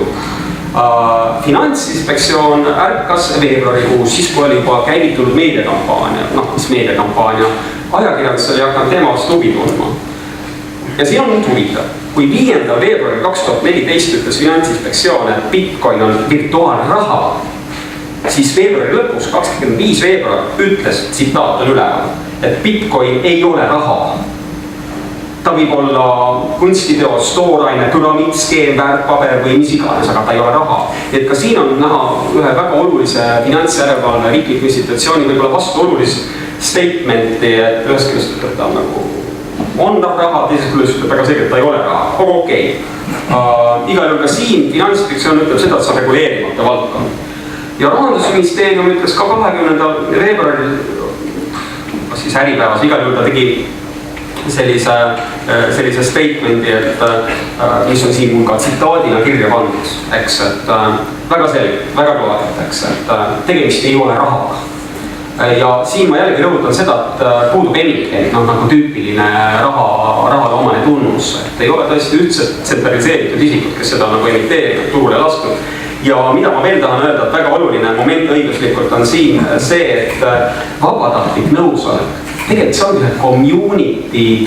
community tava, üks seltskond on kokku leppinud, et me kasutame seda, tunnustame seda, aga riiklik sanktsioon see taga puudub. Et nii nagu euro eest ma saan maksta mis iganes kauba või teenuses, siis ma ei saa minna mis iganes poodi, kauplusse, teenusepakkuja juurde öeldes, et ma maksan Bitcoini. Siis puudubki riiklik sunnijõud selle, ta ei ole raha, klassikaline. Mistõttu ongi eriti kummastav, ma jõuan selle juurde kohe hiljem, eriti kummastav rahapesu andmebüroo seisukoht, kus ta käsitleb sisuliselt ka Bitcoini alternatiivse rahana. Nüüd, kui oli käinud, see teema oli nagu jõudnud pressi veebruaris 2014, siis ka hakati uurima seda küsimust, kuidas Bitcoini maksustada. Kuigi seda küsimust ma rõhutan jällegi LHV Foorumis 2003. aasta kevadel päris huvitavalt lahatud. Ja väga tore, Eesti maksuhaldur andiski märtsi keskpaigas välja, kuidas ma ütlen, juhise. Hästi lakooniline ja maksustamise juhis ongi nii pikk, nagu siin slaidil on. Et siin te seda näete. Ma ei hakka selle rohkem peatuma, üks oluline aspekt, mida mul on kahju lugeda siit. Eesti maksuhaldur, mis puudutab käibe maksustamist. Eesti maksuhaldur ütleb, et Bitcoinidega seonduv käive ei kuulu maksuvaba finantsteenuse alla, vaid kõik Bitcoinidega seonduv kuulub käibega maksustamisele standardmääras 20%, nii nagu ta on, kui nüüd üleöö midagi ei muutu. Aga miks ma sellest räägin? Räägin sellepärast, et tegelikult käibemaks, jätame tulumaksu kõrvale, see on riiklike sisepärusmaa. Käibemaks on Euroopa Liidu tasandil ühtselt reguleeritud. Meil on üks käibemaksu direktiiv aastast 2006. Ehk siin võiks ju arvata, et Eesti maksuhaldur on tuginenud sellele direktiivile oma seisukohtade kujundamisel. Aga mida ütleb UK, Ühendkuningriikide maksuhaldur 3. märtsil 2014 avaldatud juhises? Seesama käibemaksu direktiiv ja totaalselt vastupidine seisukoht. Ühendkuningriikide maksuhaldur on andnud juhise, mille kohaselt on väga selgelt öelnud, kõik Bitcoinidega seonduvad tegevused lähevad maksuvaba finantsteenuse alla, nii nagu see on direktiivis lahti kirjutatud. Loomulikult, et kui ma müün kaupa või teenust ja võtan või aktsepteerin tasumise viisina Bitcoini, siis loomulikult sellele kaupale või teenusele ma lisan käibemaksu nagu alati, nagu muude valuutade puhul, eurode puhul või sterlingi puhul. Et nagu te näete, on ka siin võtnud Eesti riik maksustamise osas, ütleme niimoodi, sihukese konservatiivse seisukoha, mis kindlasti ei soodusta Bitcoinidega kauplemist, Bitcoinidega tegelemist ja siia äride toomist. Ja sellele on mul kindlasti veel kurb. Ma võib-olla väga loodan, et ka tänase konverentsi lõpus, et kui siin võib-olla toimub mingi arutelu, küsimustele vastamine, siis see on üks koht, kus võiks nagu riigiga suhelda, eks ju. Maksuhaldur, ega kui argumenteeritult võib-olla selgitada olukorda, siis ei saa välistada, et ka Eesti maksuhaldur muudab oma meelt. Ja mina pooldan sellist dialoogi, eks, kuna möönan, et tõepoolest tegemist on uudse fenomeniga.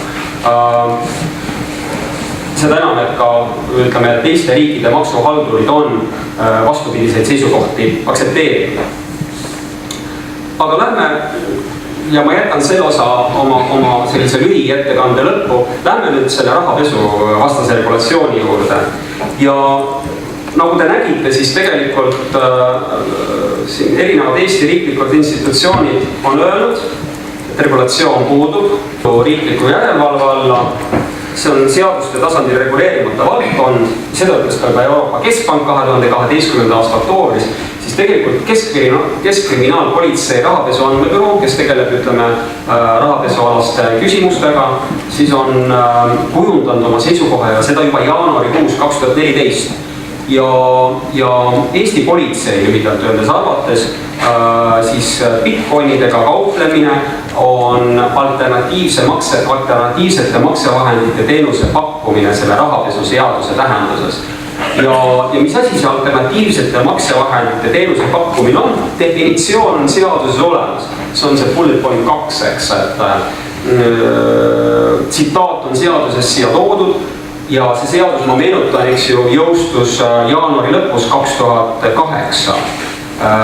Ja politsei arvates tõepoolest Bitcoin läheb selle definitsiooni alla, ehk kõik, kes Bitcoinidega oma tegelevad, ja see on püsiv tegevus suunatud kasumi saamisele, ehk tegemist on majandustegevusega, siis põhimõtteliselt kõik sellised isikud, olgu ta eraisik, füüsiline isik, olgu ta äriühing, need on finantseerimisasutused, kes siis tegelevad alternatiivsete maksevahendite teenuse pakkumisega.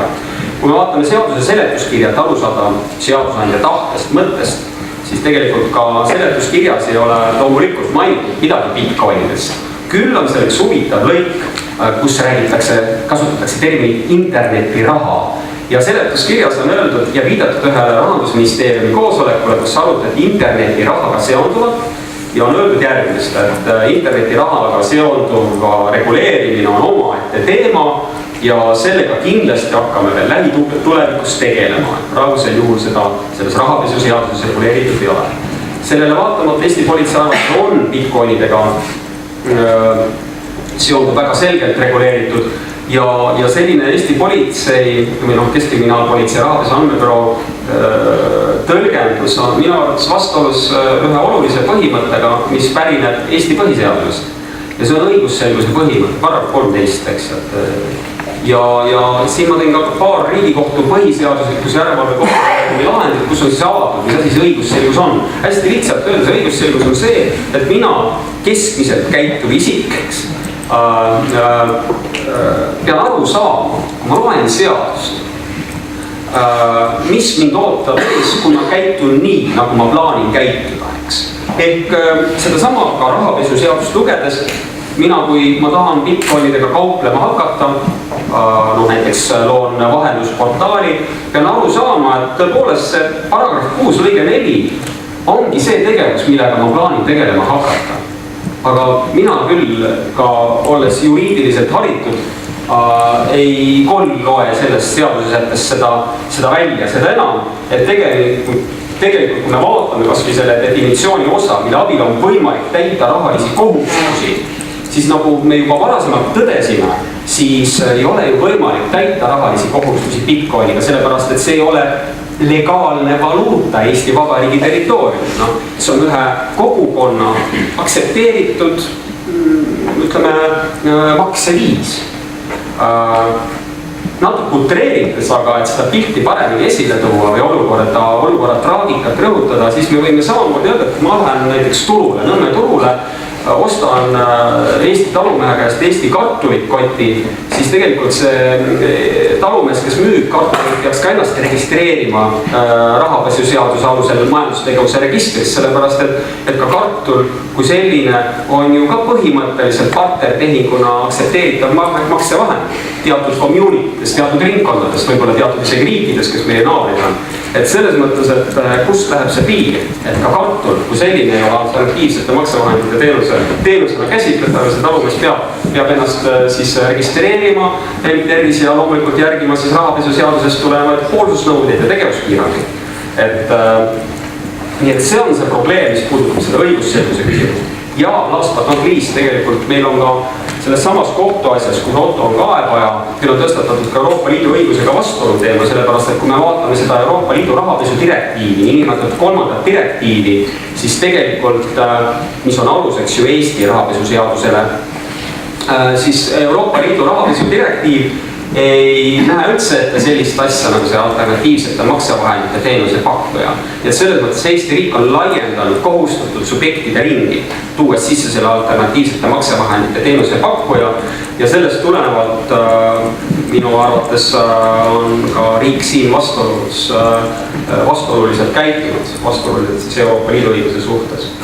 Ja samuti, kui ka Eesti Pank ise, Eestis veel, Eesti Pank ka kinnitab tuginedes statistikale, et tegemist on suhteliselt marginaalse nähtusega, siis kuidas see saab bitcoinidega kauplemine kahjustada riigi, või tekitada sellist kahju riigi avalikule huvile või olla niivõrd ohtliku tegevusena käsitletav, et tõesti rahapesualaseid regulatsioone me peaksime sellisele tegevusele kohaldama. Ja jällegi korra veel vaadates, mida naabrid või Euroopa Liidu teised liikmesriigid teevad, siis näiteks Inglise maksuhaldur, kes tegeleb ka rahapesualaste küsimustega, see on nende pärusmaa, on eelmise aasta lõpus ka teavitanud, et nemad näiteks ei nõua mitte kellelgi ka bitcoinide kauplejatelt, vahendajatelt rahapesuseaduse regulatsioonide järgimist. Ometi ka Inglismaal ju kehtib see sama rahapesu direktiiv võetuna siis üle Inglise siseriiklikusse õigusesse. Nii et ma lõpetan oma ettekande. Tänan tähelepanu eest, et mida ma olen nagu varem öelnud, Eesti riik võiks sellise e-riigina, edumeelse riigina võtta siin ka väga liberaalse seisukoha, soodustada pigem sellise nähtuse nagu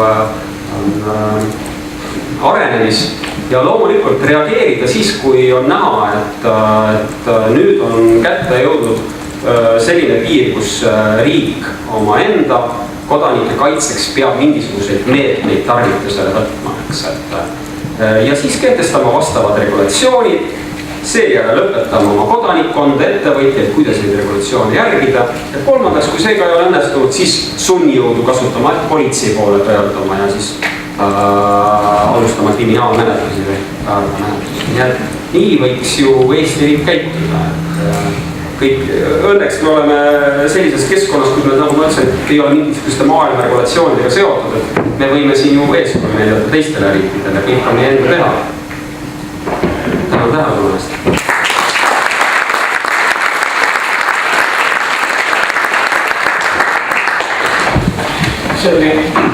See oli Priit Lätt Glimstedti advokaadibüroos.